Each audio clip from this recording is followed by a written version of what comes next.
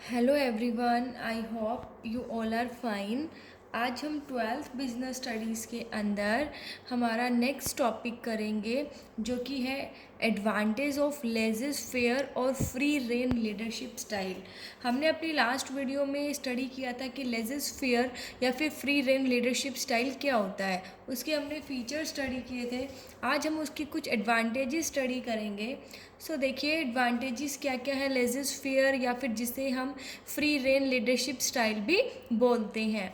देखिए first advantage है increases moral of subordinates. देखिए जो लेज़र फेयर लीडरशिप स्टाइल है, अगर ऑर्गेनाइजेशन के अंदर ये स्टाइल यूज़ किया जाता है तो उससे सबॉर्डिनेट्स का जो मोरल है वो काफ़ी इंक्रीज़ होता है। क्यों होता है? देखिए independence to work gives high level of job satisfaction and increases moral of the subordinates. क्योंकि काम का इंडिपेंडेंस हो जाता है, मतलब वो खुद सबॉर्डिनेट्स जो है वही काम करते हैं, डिसीजन भी वही लेते हैं, तो उनको जॉब सेटिस्फेक्शन मिलता है, वो अपनी जॉब से संतुष्ट रहते हैं, जिससे कि सबॉर्डिनेट्स का मोरल भी बढ़ता है। ठीक है, ये जो लेज़र फेयर लीडरशिप स्टाइल है, इससे सबॉर्डिनेट्स का जो मोरल है वो काफ़ी इंक्रीज होता है और फिर वो काम के अंदर इंटरेस्ट दिखाते हैं और फ्यूचर में भी वो बेस्ट काम ही करते हैं।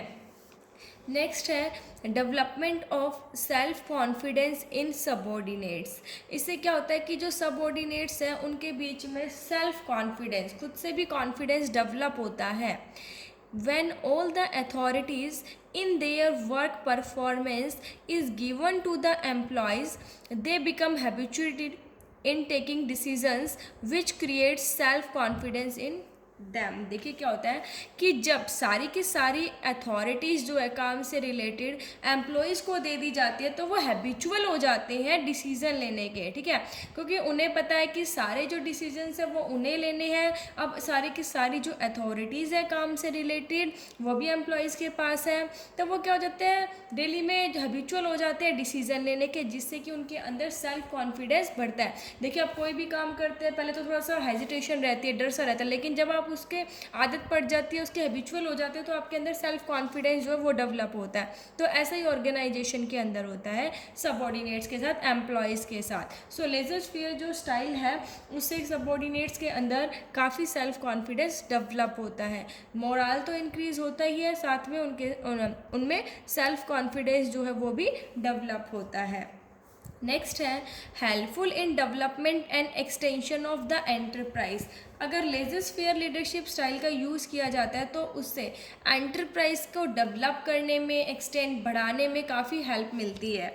कैसे? देखिए this leadership style is helpful in development and extension of the enterprise. जो लेज़र फेयर लीडरशिप स्टाइल है ये एक एंटरप्राइज के डेवलपमेंट में, उनके एक्सटेंशन के लिए काफ़ी हेल्पफुल होता है। The reason for this is the time available with the managers to find out the possibilities of development and extension. क्योंकि इसके अंदर सारे का सारा काम जो है वो सबॉर्डिनेट्स करते हैं। ठीक है, मैनेजर तो बस एज ए गाइड काम करता है उनके लिए, अब सबॉर्डिनेट्स करते हैं, डिसीजंस भी वही लेते हैं। तो जो मैनेजर्स के पास टाइम बच जाता है ना, जो टाइम अवेलेबल होता है, उनको वो अभी डेवलपमेंट और जो एक्सटेंशन है बिजनेस का कैसे करें, ठीक है, वो सोचने में वो निकालते हैं, मतलब फाइंड आउट करते हैं अपॉर्चुनिटीज़ को कि कैसे हम बिजनेस को डेवलप कर सकते हैं, कैसे एक्सटेंड कर सकते हैं। लेज़र फेयर जो लीडरशिप स्टाइल है वो एंटरप्राइज के डेवलपमेंट में और एक्सटेंशन में भी काफ़ी हेल्प करता है। अब है इसकी डिसएडवांटेजेस। ठीक है, डिसएडवांटेजेस कह सकते हैं, डिमेरिट्स कह सकते हैं, या लिमिटेशंस कह सकते हैं आप। तो सबसे पहला है डिफ़िकल्टी इन कोऑपरेशन। देखिए इससे क्या होता है कि सहयोग में काफ़ी परेशानी आती है। Since there is no close supervision and control by the managers, everybody starts functioning independently। देखिए इस लीडरशिप स्टाइल के अंदर ना तो मैनेजर का सुपरविज़न रहता है, ना ही कंट्रोल रहता है, क्योंकि सुपरविज़न और जो कंट्रोल है वो किसका रहता है? सबऑर्डिनेट्स का ही रहता है।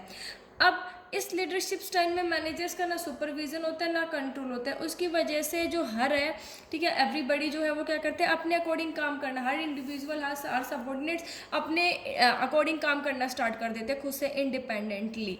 सम with opposite point of view become a hurdle in the attainment of objectives of other people। अब कई लोग ऐसे होते हैं जिनका जो पॉइंट ऑफ व्यू अपोजिट होता है, वो कहेगा कि वो काम सही है तो दूसरा कहेगा नहीं ऐसे नहीं, मेरे अकॉर्डिंग करो, ठीक है। तो इससे ऑर्गेनाइजेशन के जो ऑब्जेक्टिव है, ठीक है, अचीव करने में दिक्कत हो जाती है। मतलब एक का ऑब्जेक्टिव दूसरा जो अचीव नहीं करने देगा, क्योंकि वो कहेगा मेरे अकॉर्डिंग करो, दूसरा कहेगा मेरे अकॉर्डिंग करो।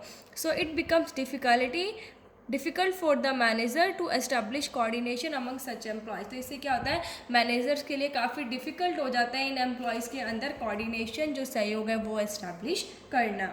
नेक्स्ट है lack of importance of managerial post. देखो जो मैनेजरियल पोस्ट है उसकी इंपॉर्टेंस कम हो जाती है, क्योंकि सारा काम जो है वो कौन करते हैं, सबऑर्डिनेट्स करते हैं, डिसीजन भी सबऑर्डिनेट लेते हैं, प्लान्स भी वही बनाते हैं, हर चीज़ जो है वो कौन करते हैं, सबऑर्डिनेट्स करते हैं। तो इससे जो मैनेजरियल पोस्ट की इंपॉर्टेंस है वो काफ़ी कम हो जाती है। देखिए in this leadership style the post of a manager is rendered less important because he does not make any plan और टेक एनी डिसीजन और एक्सरसाइज एनी कंट्रोल। इस लीडरशिप स्टाइल में क्या होता है, जो मैनेजर की पोस्ट है वो उस पर मतलब इम्पॉर्टेंस जो है उसकी पोस्ट की कम हो जाती है, क्योंकि ना तो वो कोई प्लान बनाता है, ना ही कोई वो डिसीजन लेता है और ना ही वो कंट्रोल करता है। इसलिए जो मैनेजरियल पोस्ट की इंपॉर्टेंस है वो लेजर फेयर लीडरशिप स्टाइल के अंदर कम हो जाती है। नेक्स्ट है suitable only for highly educated employees. जो ये लीडरशिप स्टाइल है ये ओनली जो ज़्यादा पढ़े लिखे लोग होते हैं ना, हाईली एजुकेटेड एम्प्लॉयज़, उन्हीं के लिए ही सुटेबल होता है। This style is useful only when every employee is fully educated so that the work can be assigned to him with full confidence। देखिए ये जो स्टाइल है ये उन्हीं एम्प्लॉयज़ के लिए सुटेबल होता है जो कि फुली एजुकेटेड होते हैं, कि भाई उनको काम जो है वो फुल कॉन्फिडेंस के साथ दिया जा सके, ठीक है। This style is not suitable for leading uneducated और सेमी एजुकेटेड पीपल। ये जो स्टाइल है वो जो अनपढ़ लोग हैं, बिना पढ़े हुए लोग हैं या कम पढ़े लिखे लोग हैं, उनके लिए सुटेबल नहीं होता। तो ये थी इसकी डिसएडवांटेजेस। अब नेक्स्ट आती है सुटेबिलिटी की। जो ये लीडरशिप स्टाइल है वो सुटेबल कहाँ कहाँ पर है। देखिए when followers are highly skilled, experience and educated. जहाँ पर जो फॉलोअर्स हैं, जो सबऑर्डिनेट्स हैं, वो हाईली स्किल्ड हो, एक्सपीरियंसड हो और एजुकेटेड हो, पढ़े लिखे हो। When followers have pride in their work and they drive it successfully on their own. जब फॉलोअर्स के पास काम में प्राइड हो, ठीक है, उनका इंटरेस्ट और वो ये हो, कॉन्फिडेंस हो उनमें कि हाँ भाई वो काम जो है वो खुद से कर सकते हैं। Outside experts such as staff specialist और कंसल्टेंट आर बीइंग यूज।